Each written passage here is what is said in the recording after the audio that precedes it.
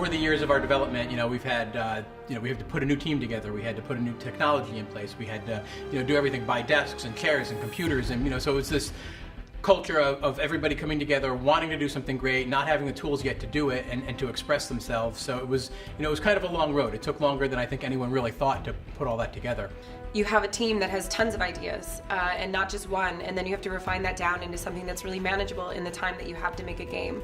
So that's a little bit daunting. When you have all the choices in the world, how do you choose, well, this is the one thing that we're going to do? The Respawn culture really is about no nonsense.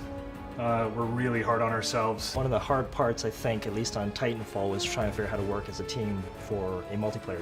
The pressure was on us to really come out with something new and different, and we were sitting there going nuts trying to wrap our heads around, okay, what does that mean? Everyone at Respawn has a voice as we're working on the game. It's not just, say, the game director and lead designer say, this is what we're making, everyone just, get on the treadmill and make it.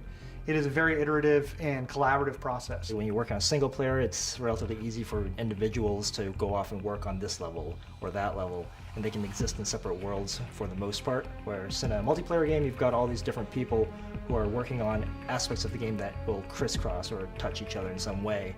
So if someone changes something here, it will affect someone else over here, and that can create a lot of tension. We have sometimes very heated arguments, and there's never any hurt feelings, there's never any repercussions for getting, passionate about anything. It is, we all know that we can together make something great. That extends out to when we do tests with outside people. Sometimes that's really hard to do because it's your baby, you've been working on it for a couple years, and some dude off the street comes in and tears it apart before it's not even done. But that's extremely crucial feedback, and we take all of it no matter where it comes from.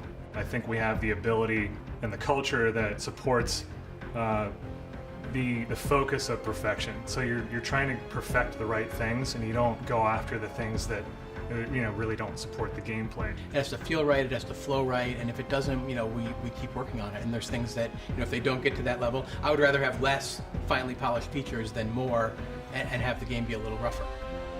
I think there did come a time where we were, kind of coalesced everything into, okay, this is good, this is fun, and we saw the, kind of the seeds of what would become Titanfall.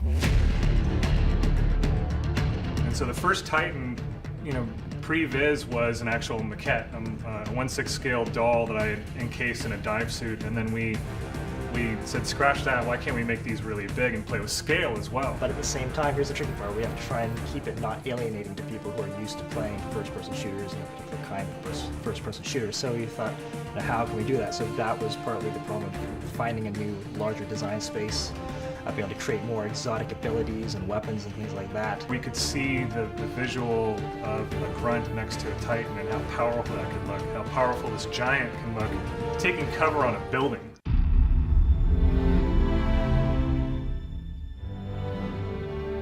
We pour so much of ourselves into this that, you want to put it out there, and there's always that nervousness of, I hope people like it, what are they going to think? Before we went to E3, we'd been designing this game and building this game in a vacuum, and we're our own worst critics, so we were really on it. We went in hoping for the best. I think we were all very tense, and then that moment when the trailer started to roll and everybody was watching back here at the studio and at the convention center was awesome. I was watching Gamescom and PAX live feed with a camera, a webcam, and I was on the edge of my seat. That's what we love. It's, putting the game together, working on it is great, but it's putting it out there in the wild and having people experience it and seeing what they enjoy about it, and that's, really what drives us. It's sort of amazing to watch people play that game, because we don't get that moment as devs anymore. We've been with this project for, some of us years now, and you never get to play that game for the first time like you remember. It was amazing to hear the response from it. It just blew us all away. It just makes us work even harder. And to have everyone embrace it and say, we understand, it's familiar, yet it kind of pushes the boundaries,